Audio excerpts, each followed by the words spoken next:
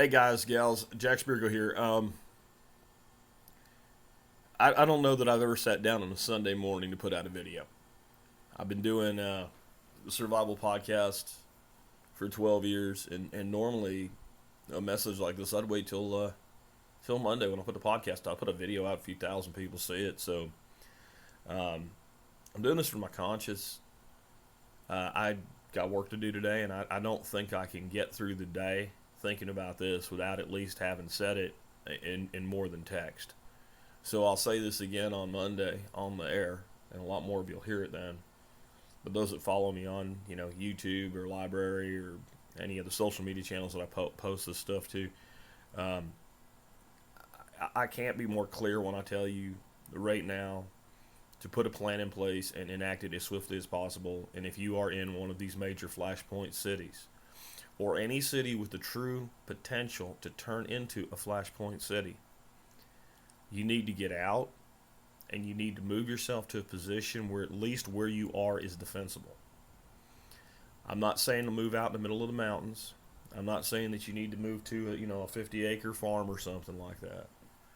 I don't live that far from a fairly large city myself, Fort Worth. It's probably one of the most stable large cities there are. If I lived this close to Dallas, my situation would be totally different. Not because of the proximity to Dallas, but because what the area around Dallas looks like. It looks like stacked suburbs that are not defensible, that are all close to their own major cities. I've got 3 acres. I've got open sighted view. I've got good neighbors. I've got neighbors that are armed. I got neighbors that we already are ready to work together if that we have to. I've got others that I can call upon if shit really goes south. I'm in a position where I'm not talking about running away. I'm talking about, and I'm trying to be very clear about this. Some of y'all ain't read the fucking Art of War, and it shows.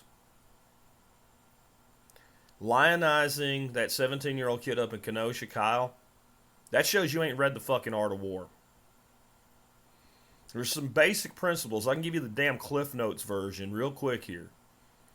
And that is, you never fight a battle unless victory is assured, and you always choose the place and the time of the battle. And choosing a battle in the middle of a mob, and we just had someone killed overnight in Portland. Trump supporters running in with their friggin' MAGA hats on to confront rioters in that powder keg is about the stupidest thing I've ever heard. I'm not saying that, what happened isn't terrible, and I'm not saying the person that shot that person isn't a piece of shit and shouldn't be thrown through a wood chipper. I'm not saying any of that. I'm just saying going to stupid places with stupid people and doing stupid things is fucking stupid, so stop fucking doing it. And I'm sorry to be this fucking blunt, but some of y'all need a fucking goddamn 2x4 across your fucking head so you'll fucking understand what's happening. Is that clear enough? What I'm seeing right now, and it is very scary to me to watch my nation and many of my own people do this. I'm a former soldier. And soldiers, Marines in particular, it happens in the Air Force and the Navy too. And there's some combat MOSs there and stuff like that. But in the Army and the Marine Corps, even those of us who weren't infantry, we end up in a lot of situations, even in peacetime, you end up in situations where you could get really hurt, fucked up, or killed. I mean, when just doing a training exercise and 20 of y'all are piling in the back of a deuce and a half at 4:30 in the morning to sleep, while some dumbass who learned how to drive a deuce and a half last week drives up a winding ass mountain road, you know that you can go over the side of that road and die or get fucked up real bad. And we see people get fucked up. We see it all the time. I don't anymore, but when I was in, and you see it in combat situations and stuff like that, but you see it in just training missions. Lots of people are really hurt in training missions, really hurt in just day-to-day. It's dangerous work. I mean, we did one deployment 6 months in Honduras. It wasn't nobody shooting at us. But there were quite a few people medevaced out of there. I did an ECOD, which is an estimated causes damages on a deuce and a half one, or a 5-ton one time, 5-ton dump truck. And I got blood all over me climbing into the cab. I have pictures of that truck somewhere. I should find that picture and put it online and show you what it looks like. And it's just a guy doing his job. He was a 19-year-old kid. And my job was to determine was the truck worth fixing or should we just junk it. It flipped end to end something like 18 times down an embankment. Why am I saying all this? Because I'm going to tell you what we do in the military, or what I did in the military when I was there, and what ex-military do for the rest of your life. You can't stop. We use dark humor. We use dark humor as a coping mechanism. Because we know that what we do is dangerous, and you know you can get hurt, or you know you can get killed. So you use some really dark, twisted humor. I'm seeing civilians who never served use that dark humor now. And I don't mean the way that it's been going on for like a couple of years now, where it's truly jovial.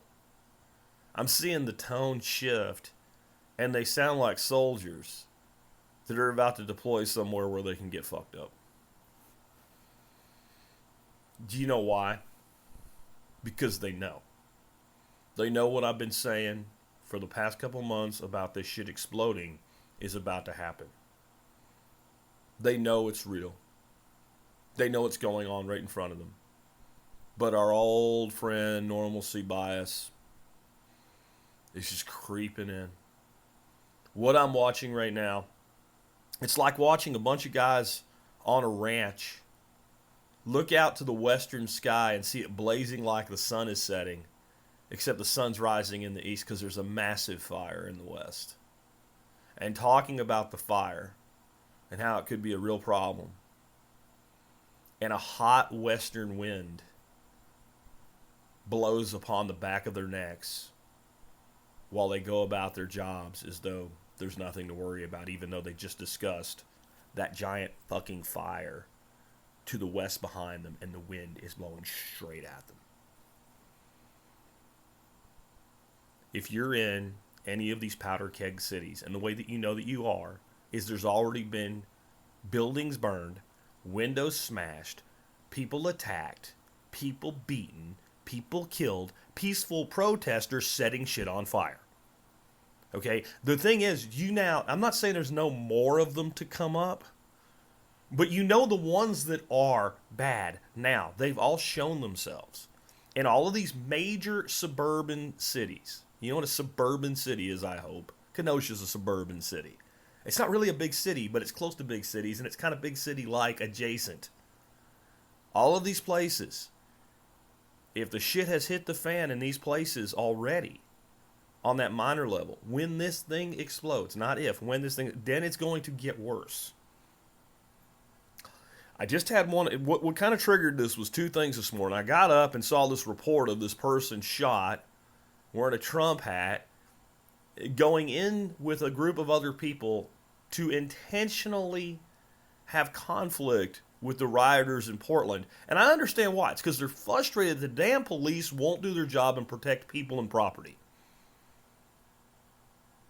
That is the only justification for the state and a police force and a military, is the defense and protection of people, liberty, and property. That is it. That is the only reason we make the deal with Satan, because the state is Satan incarnate. You only make the deal for stability. It ain't for roads. We can make a freaking road without a state. I think we can provide security without a state, but it's the one thing that you can look at. Even me, I can look at it and go, okay, this is one thing that if they did this right, maybe it makes this grand bargain worth doing. And when the state turns its back on its people, it is absolutely understandable that people are like, fuck this, no way, let's go do something about it ourselves. Like I said, though, y'all ain't read The Art of War, and it shows. You don't go into a situation where everything around you is dangerous. You don't go into a situation where the people who are supposed to be your allies end up being your enemy. Because that's what's going to happen. The police will show up when you show up, and they're not going to arrest the people they've been letting do this shit for a month or two or three. In the case of Portland, like 3 freaking months. No, they're going to arrest you. And the person next to you, or you, could end up dead, or in a damn chair for the rest of your life, dribbling in a freaking jar of applesauce because you got hit in the head with a concrete-filled water bottle. And it's easy to sit and look at those people from your little suburb in Portland or Seattle or LA that's just, you can just see over the horizon the glow of the burning town, the burning city, and say, oh, well, they're stupid. It's going to do this. It's going to expand around these cities. Which ones? Most of them. How far? I don't know. How fast? I don't know. How big will it get? I don't know. Don't think I know exactly how this is going to play out. I'm not claiming that. I know this, though. If I lived in Los Angeles or Seattle or Chicago or Minneapolis, Detroit I don't even want to mention. If you're still in Detroit, I think you just want to punish yourself for something you did in a prior life. The entire freaking state of New Jersey, for other reasons, but for this too. New York City is what I'm talking about there. Though I'm not a big fan of New York State, but upstate New York, you've got a defensible position. I'm telling you guys, I don't know how else to say this. I get up, I see this dark humor going on. I see this report out of Portland, and I know exactly what happened. They killed one of us, or they killed 2.5 of us. We're going to kill some of them. That's the mindset it starts. They take one of ours, we take 2 of theirs. If they take 2 of ours, we'll take 3 of theirs. Where do you think that goes? And then the other thing that I saw was just a simple comment. And I'm like the weatherman that pays attention to these little fronts out in the distance that all the other meteorologists ignore. And says, hey, guys, this thing out here is going to combine with this thing here, and it's going to blow up. And the storm that you think is going to be a Cat 1 is going to be a Cat 4. I'm that meteorologist when it comes to this stuff. So this little comment was like one of those things. Guy said people are driving to Nevada from Los Angeles so that they can get a U-Haul for less money and so they can actually get a fucking U-Haul. Driving back to Los Angeles, packing their shit up, and leaving. When you're on a ship, and I'm not saying these people are rats, but there's a reason for this analogy. When you're on a ship and the rats start jumping off the ship and swimming into the distance in hopes that there is some land out there, and you're like, I don't think we need a lifeboat yet. Really? When your fellow Americans that live in these places are willing to drive to another state to get a moving truck and drive back to collect their shit and get out,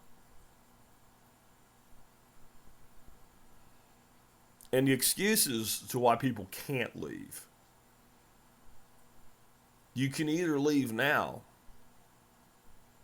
where you have some control over how and when and where and what, and the ability to take everything you have with you. Or, I'm not saying you will, I'm saying you very may well come up to a point where either you can't leave, or you have to flee like a refugee. There's still time. I wanted to say abundant time, but I don't think there's abundant time anymore. I think in some places there's more time than others. But I see things getting worse this week. I see things escalating this week. It's Sunday. For many people, it's the last day of the week. For many people, they consider it the first day of the week. If you consider waking up on Sunday the first day of a new week, then this will not be the last story of somebody being killed in a conflict like this week. And each one will create another one. And that's why I came out on Friday and I pleaded with everybody. And I said it would fall on deaf ears. Do not lionize Kyle. Do not make him out to be a hero. Because when you lionize someone, when you make someone out to be a hero, what is a fundamental characteristic of a hero is you want to be like your heroes. So, When we look at Kyle, put the gun and shooting people aside. What's honorable is he looked at his city. He's from Kenosha. And he said, I have to do something. I'm going to take a stand. And I understand that and I respect that. But again, please read The Art of War. It's been around a long time. Timeless truth. We still have our officers in our military today. Read that book for a reason. But when you lionize a behavior, you get more of it. So I know, let's all get together and go show them. Right in the middle of a flashpoint. Right now, get out. If you're already out, right now, I've been saying up your preps. I mean, damn COVID-19 and supply chain disruption. Up your preps. If you armed but you don't train, spend a little ammo on training. Buy some more ammo. Make sure your guns are where you can get to them. If your gun is in a safe upstairs in the back of a closet, it won't do you any good if shit breaks down. Talk to your neighbors. Have a comms plan in place. Have a defensive plan in place. Do not go to the fight, but be ready if the fight comes to you. Have a plan. Choose your place if you are to fight a war. And fight that war with a certainty of success. And the way you do that is you choose the location of the conflict. And the first thing you try to do when you choose that location is avoid the conflict. Where can I choose where I probably won't have to do it? Number two, now that I'm here, how do I set things up so if I have to do it, I don't give the enemy a fighting chance? How do I create a kill box? Want me to be that blunt? And you know why? My family, my property, my life, everything I've worked my whole life for, you don't get to fucking take it from me. And if you try, even if you succeed, you will bleed gallons of blood more than I do. And that is the mindset that you need to have right now. Peaceful people staying out of the way with a giant fucking hammer. Ready to come down, if need be, hard. And I hate saying this, but we're in a position where the only hope is our government gets its shit together and puts this shit down hard. Yes, I am for a stateless society where we provide our own security. And if we had that right now, we wouldn't be dealing with this shit. Because when a bunch of assholes come into a city and start lighting it on fire, they would get lit up and it would be over quick. But we live in a quasi-nightmare where the people that defend their property and defend their life are the ones that the state is actually going after. That's why you have to pick a location and a timing where if you have to drop the hammer, we're past that stage. And then you hope that they do what they're supposed to do. There's only one legitimate role of the state. One. The defense of life, liberty, and property. And they're not doing it. And you have to ask yourself why. And you can blame the demon rats or whatever else you want to call them. You can keep clinging to your stupid dichotomy.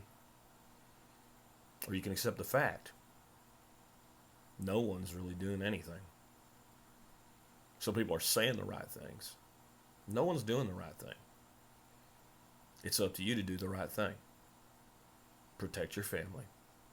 If you were sitting in your house and you looked out in the distance and you saw the wildfire coming, it might be inconvenient. You might not want to do it, but you'd pack up your shit and you'd get out. The fire's coming. I can't be more clear. Get out. Be ready.